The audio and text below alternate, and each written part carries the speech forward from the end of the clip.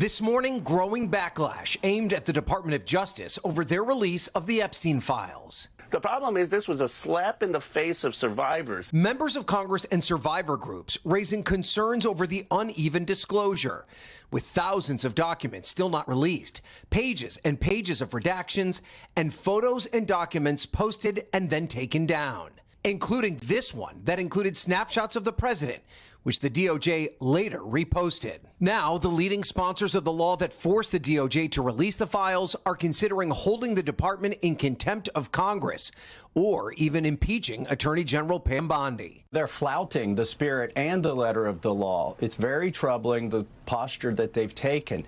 And I won't be satisfied until the survivors are satisfied. Deputy Attorney General Todd Blanche telling Kristen Welker the DOJ is not working to shield anyone, including President Donald Trump. If President Trump is mentioned, if there's photographs that we have of President Trump or anybody else, they, of course, will be released. The DOJ responding to the criticism by posting a lengthy fact sheet describing a, quote, arduous process and arguing the redactions and slow release are all part of their effort to protect the victims. Hundreds of lawyers looking at every single document and making sure that victims' names and any of the information from victims is protected and redacted. Sky Roberts' sister, Virginia Roberts Giuffre, was among the first survivors of Jeffrey Epstein to come forward and tell her story. I think we still have a big fight ahead of us. Giuffre took her own life in April. Her brother telling Hallie Jackson survivors are expecting a lot more from the DOJ. I think a lot of survivors are feeling a bit betrayed right now, too.